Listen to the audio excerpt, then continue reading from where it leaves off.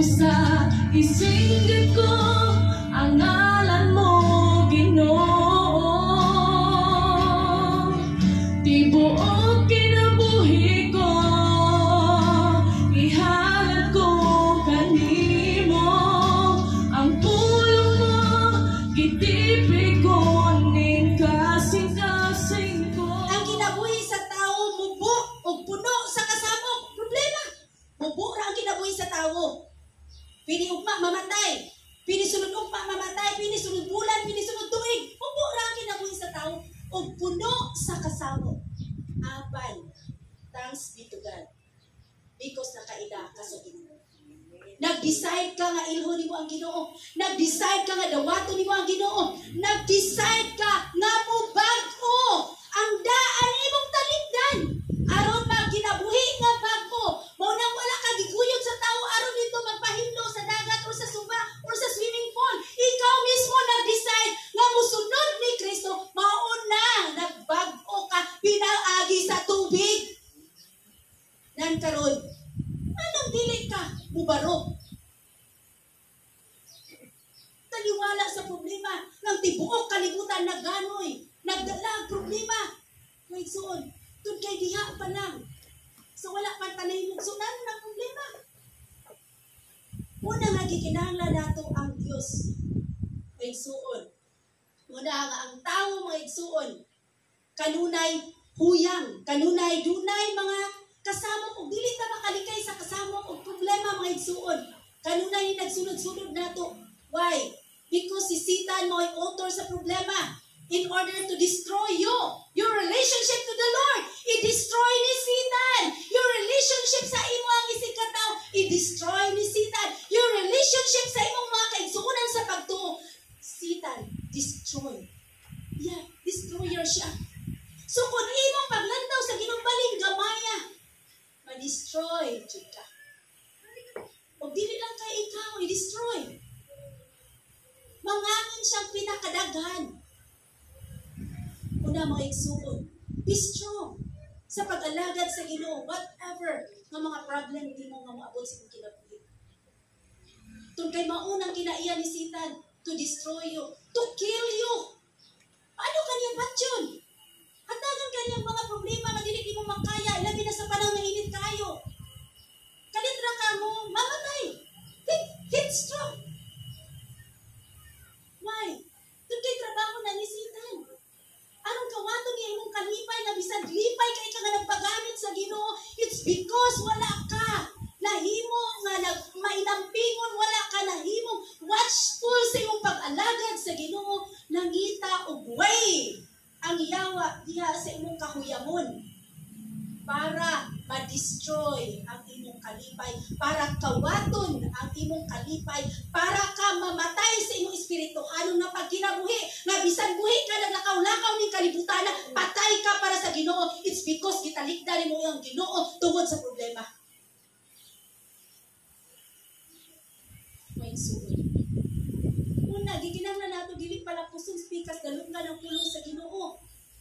Why? Kay kung ato ni palapuson pag-abot sa problema, bisang giwali na nga how to stand, how to handle. Magdamoy-moy ragyapon ka, mubiya sa Ginoo. Basulon pa ni ang Ginoo. O dilin ang Ginoo yung basulon. Basulon pa niyo yung mga kauban. Basulon pa ni ang alagad sa Ginoo. Tanan, basulon. Why? Ikaw na di ay wala nangin. Watchful. Diba? Ilong galing na pagmata kanunay. Ang kamay mong watchful, magmata ka kanunay. Dili pa sabot nga dili ka magtulog-tulog. Magmata ka sa tanan. Nagipana sa yawa. Dining kalibutan na dagan kay siya. Mga gibuhat. Aron ka. Malingla niya. Trabaho sa Sunday. Lingla. Sa eskwelahan. Dili ka makasimba. Lingla. Lingla na niya. Matod pa ni Sarah silang post. Bisan dato ka. Bisan nakauman kag eskwela, walay tinuod nga success diha. Ang tinuod nga success kung duna kay relationship sa Ginoo. Kung tanan nakabasa ni ana. Nakabasa. Pero gibaliwala nato. Si Sarah dato na kay itong artista siya. Pwede na din sa mga lagad sa Ginoo. Apa niya giingon ang tinuod na success ang tao nga dunay Ginoo. Unang dili nato ibaylo. Dili nimo ibaylo kay bisan ikaw pa ang summa cum laude valedictorian. Paano pag mapatay ka?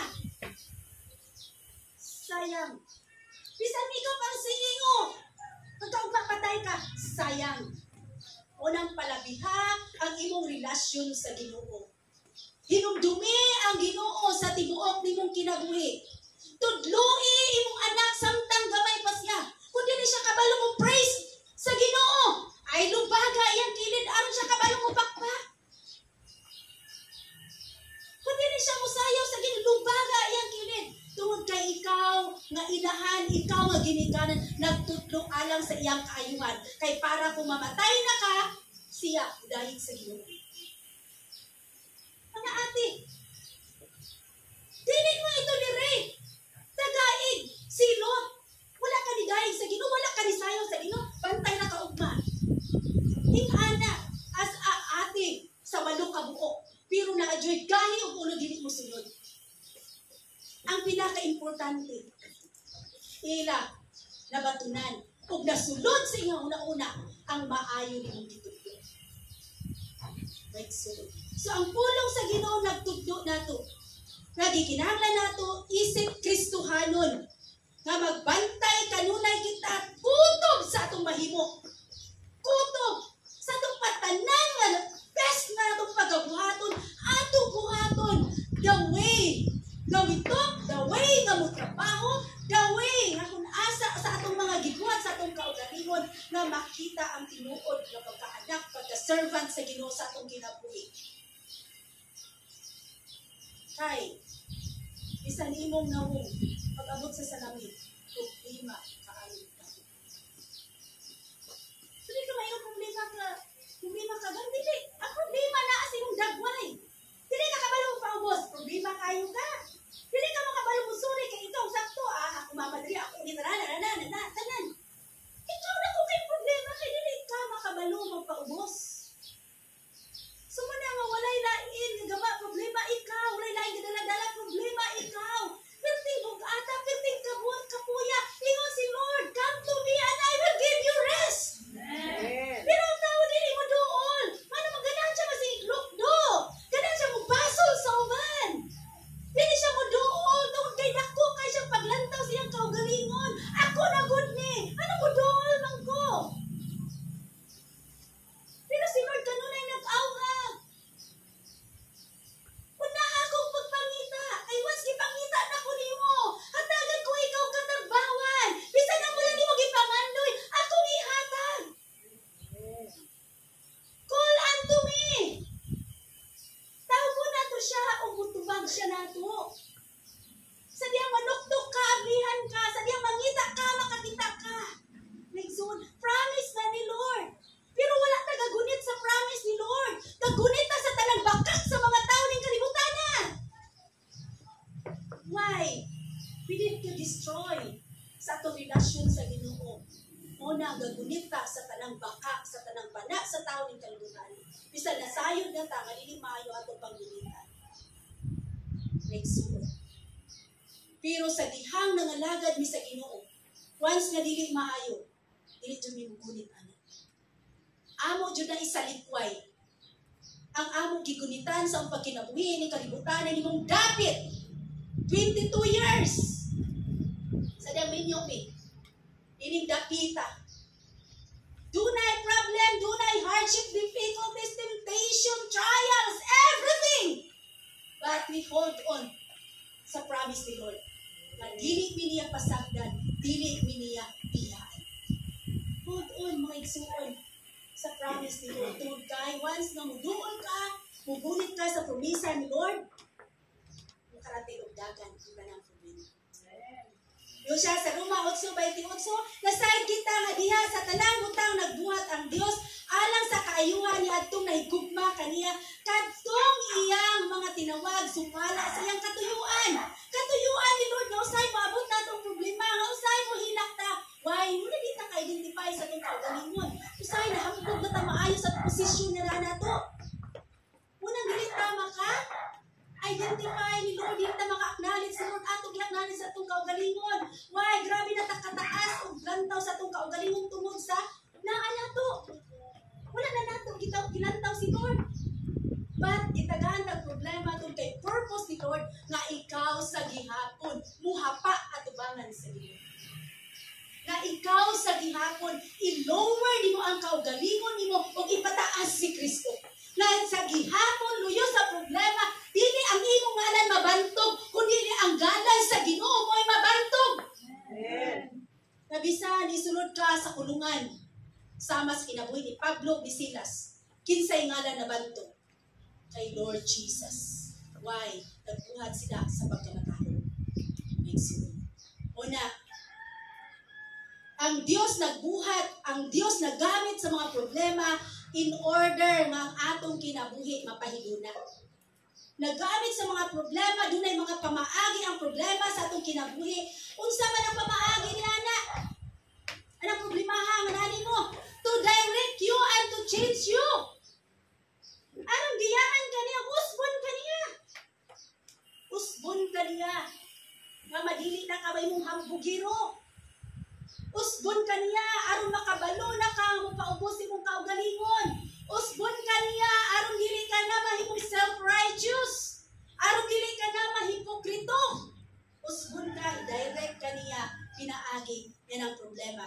Ingon ang pulong sa Ginoo sa Proverbs 20:30. Usahay kinahanglan makatilaw kita og mapait nga kasinatian. Una pa kita mabag-o sa atong pamatasan.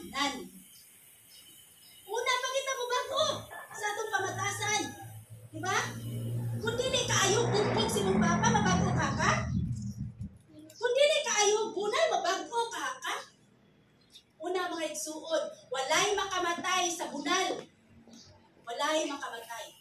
Pero gihimo nimo kang imong anak malayo sa Ginoo kung dili ka kabalo bubunan. Train up a child in the way they should go. Aron maggulang sila, dili na ila malimtan. Una, importante kaayo mo igsuon. So gikinahanglan kitang i-direct og aron kita mausog. Ikaduha, to inspect us just like, kinahanglan ba ma-expectan po nato ang kinabuhi ni Job. Kung nasaan kita sa kinabuhi ni Job.